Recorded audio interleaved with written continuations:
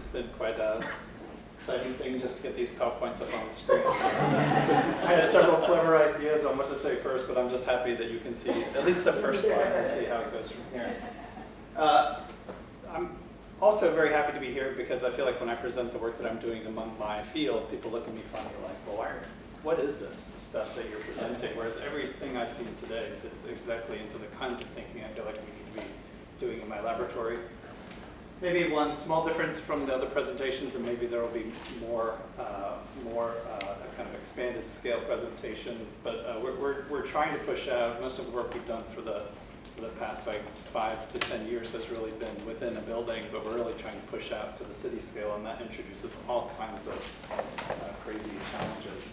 So I thought, let me define what I mean by smart city digital twin. A digital twin, this is a Forbes definition, which is somewhat readable, but it's basically a virtual representation of a real system that's pumped with real-time data that can be used to do analytics, make predictions about future states, kind of what-if analyses. I think, and the reason my subtitle is where infrastructure, technology, and humans meet, is when we read about it in the manufacturing context, you think of a machine and its life, and if it's not maintained, or if it dies early, what may happen. There aren't really humans in the loop, even though they might be feeding the machines. If we talk about a city, if we're talking about mobility and traffic, well, humans are driving the cars around, at least today, and in the future, I guess we'll still be sitting in them. And if we think about energy use in buildings, humans are the reasons that we're expending energy in buildings. So in 2017, we put out a definition for smart city digital twin as smart IoT-enabled data-rich virtual platform of the city.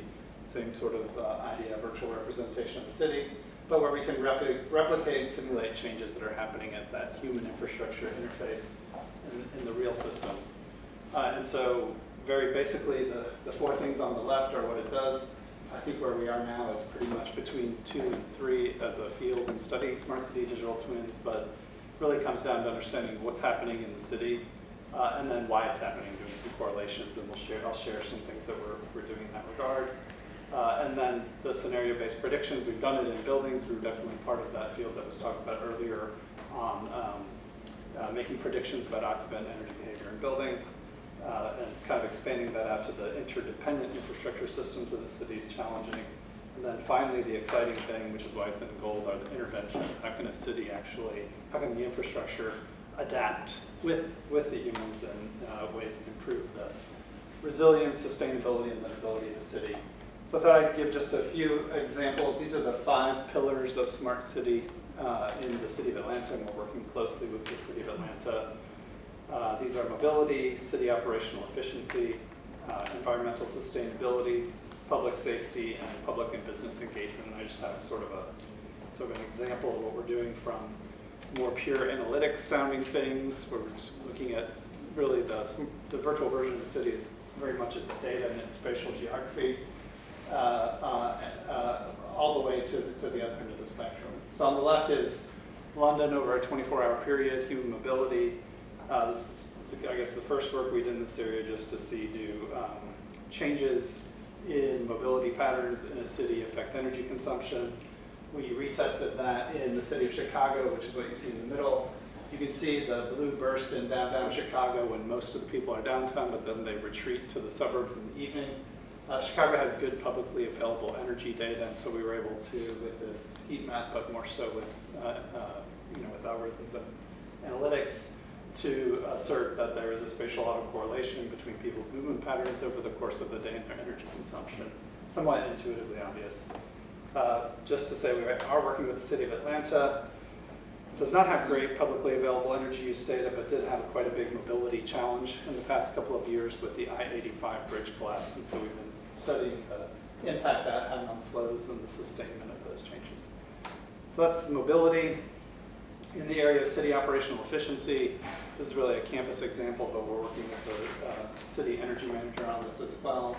The buildings that you're seeing in this virtual reality environment are color-coded just based on their energy use intensity. Does it use relatively more or less? We have that in the building occupant feedback studies, but here the whole building you can see for a commercial building, how is it doing relative to other similar types of buildings. On the right, this is our facility analytics director, Georgia Tech campus, and one of the facilities engineers kind of going through the environment.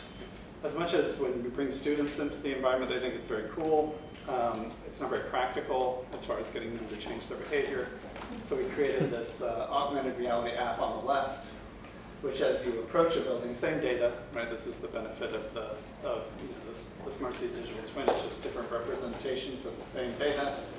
They can see what's the energy use of that building. It pops up on a simple color-coded icon, and so the same colors you would see in the center are there in that augmented reality app. As you get within 300 feet of the building, and you can adjust that, it pops up. Otherwise, you'd see hundreds of these when you held up your phone. In the area of environmental sustainability, this is a building scale example. We've been working, they're building a living building on the Georgia Tech campus, which will be the most sustainable building we're built in the South. It's almost done. But they wanted a way to capture feedback from occupants on what the building was like from different demographic groups before it was built. So we created a few applications. The one that's animating right now is one where people could kind of put in which of, what thought did they have about the design around the 7 petals of living buildings. These are energy, water, site, I don't remember them all, equity. But for each of those, they could put something in, and before they entered the system, they had to fill out demographic information. So the idea was, what do people generally want to see in the building, not just what do white males want to see in the building, and that sort of thing. In the middle, and I assume everybody in this room has worn a virtual reality headset. It's very different if you're in the environment. Oh, we've got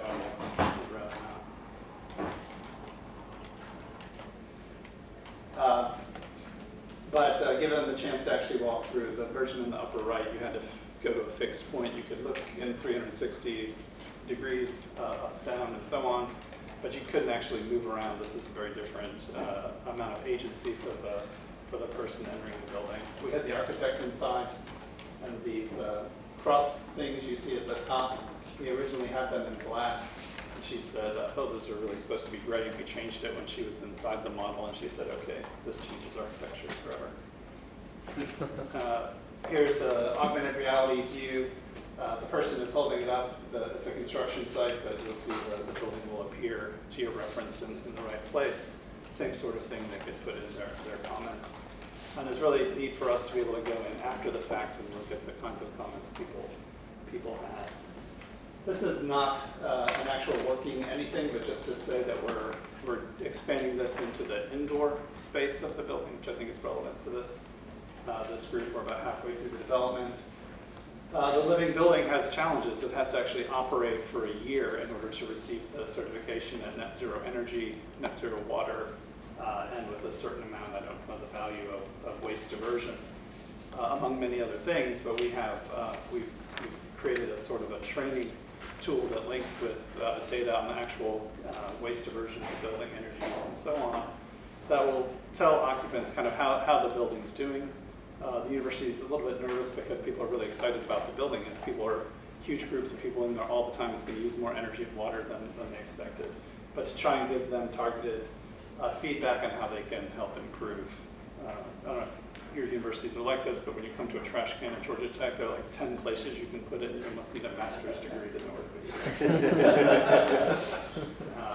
it. And then fourth in the area of public safety, this is actually in front of my house. This photograph is a tree that came down over a power line, and it's actually sparking on the sidewalk. It created glass, which is kind of neat. That's still there, but at the moment, it's pretty scary.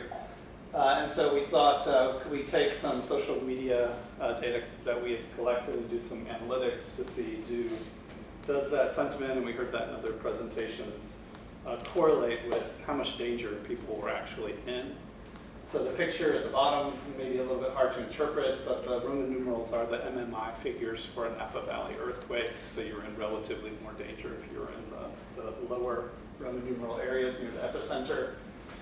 We were able to find a correlation between the sentiment of people that were in those regions and the amount of danger they were actually in.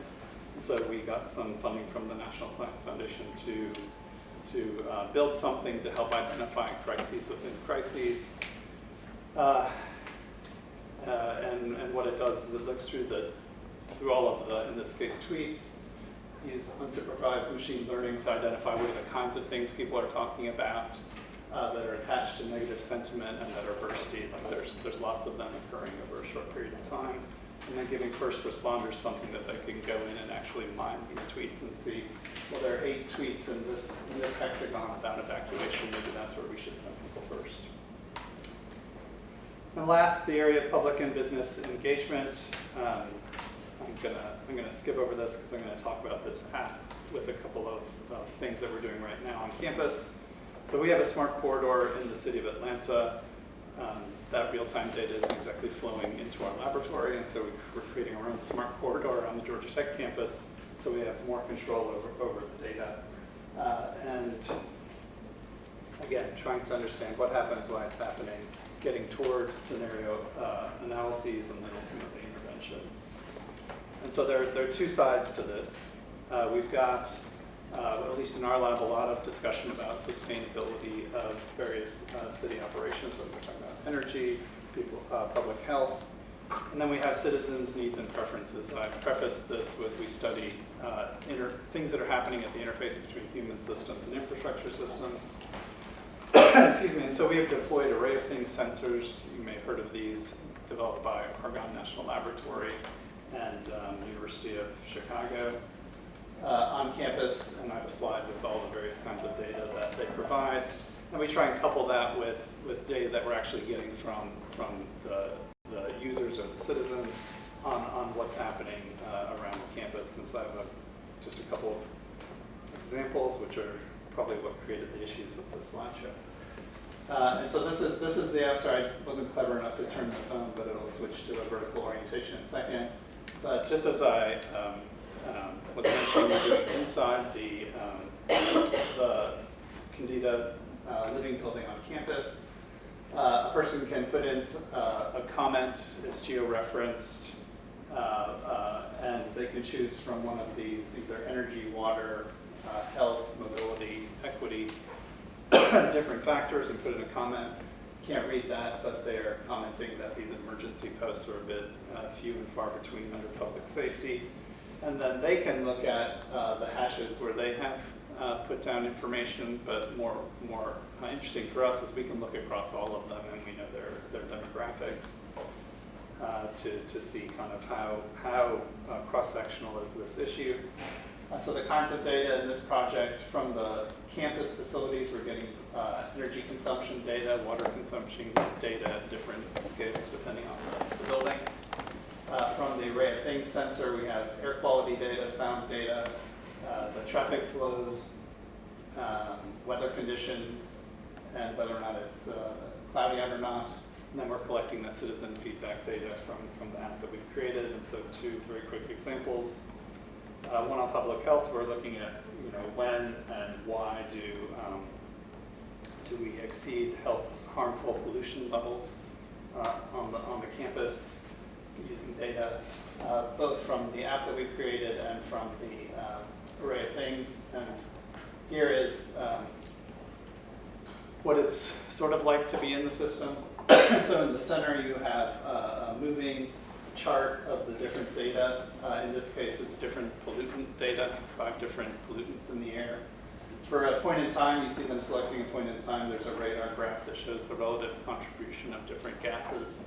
And on the right-hand side are the social media postings, a photograph and a note about what may be happening.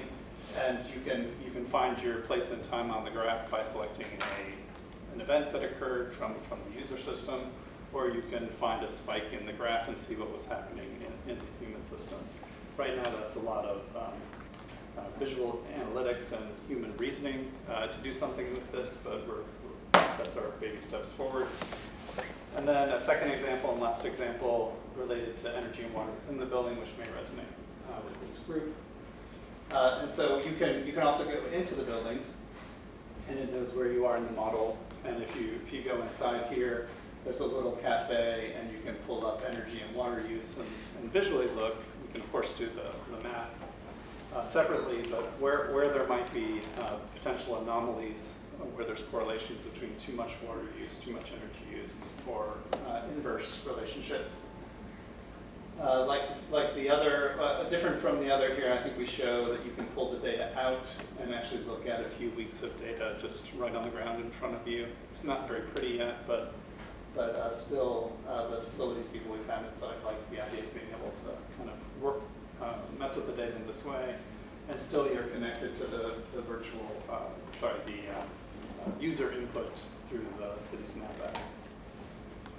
And so we are, with this project, the smart border on the campus, monitoring sensor data against thresholds, seeing where they may be exceeding those, and trying to move toward why these things are happening, looking at correlations between different resource consumption and citizens' feedback.